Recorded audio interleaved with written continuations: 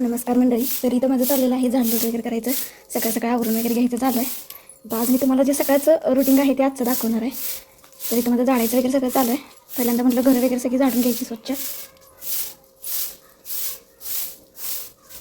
तर इथं आता सगळं झाडून वगैरे झालं. तर बाहेर तुम्हाला मुलांचा आवाज येत असेल, कारण आज शाळा आहे त्यामुळे मुलं लागतात अजून खेळायला. 11 वाजता वर्ग भरतात, प्रार्थना वगैरे असते, त्यामुळे आवाज वगैरे बाहेर येतो तुम्हाला.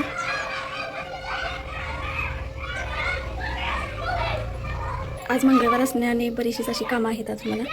तर जी शाई आपली साठलेली होती ती लोणी वगैरे अजून हलवायचं वगैरे आहे. तर इथे बघा हे एवढं लोणी निघालं आहे. तर स्वच्छ असं धुवून शेणात थोडंसं यामध्ये पाणी घालून शेणा आपण ठेवलेलं आहे, कारण आज लाईट वगैरे जाते, त्यामुळे म्हटलं आधी शाई जी आहे साठलेली ती हलवून वगैरे घ्यायची. तर एवढं आपलं लोणी निघालेलं आहे. तर इथं आणलेले आहेत 2 नारळ आणि आहे बघा तांदूळ. तर हा आपण इंद्रायणी तांदूळ आणला आहे, कारण आपल्याला आज मंगळवार असल्यामुळे जेवा द्यायचं आहे त्यामुळे.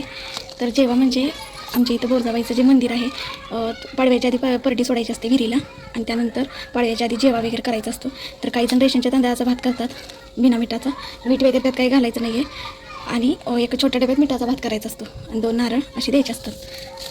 तर बघा, आणि हा जो भात आहे तो बाहेर बसूनच खायचा असतो, घरामध्ये आणायचा नसतो पुन्हा, नैवेद्य दाखवून आणल्यानंतर. तर हे बघा आपण आणलेलं आहे मस्त असं इंद्रायणी तांदूळ, ते 2 नारळ आणलेले आहेत. तर आज आपण द्यायचं आहे जेवा. तर इथे माझी अजून भांडी वगैरे पडली आहेत, कारण आत्ता जी शाई साठलेली होती ती आपण हलवलेली होती, आणि ती आता भांडी पडले तेवढी अशी, कारण लाईट वगैरे जाते म्हणून पहिल्यांदा शाई वगैरे हलवून घेतली होती. अजून कपडे वगैरे धुवायचे, देवपूजा पण राहिलेली आहे. तर पटपट म्हणलं आधी कामावरून घ्यायचं, कारण आज मंगळवार असल्याने संध्याकाळी जेवा वगैरे आपल्याला द्यायचं आहे. तर आता देवपूजा वगैरे करून घेणार. तर कसा वाटला तुम्हाला व्हिडिओ नक्की सांगा. चॅनलवरती जर आपल्या कोण नवीन असेल तर व्हिडिओला सबस्क्राईब करा, लाईक करा आणि शेअर करा. धन्यवाद.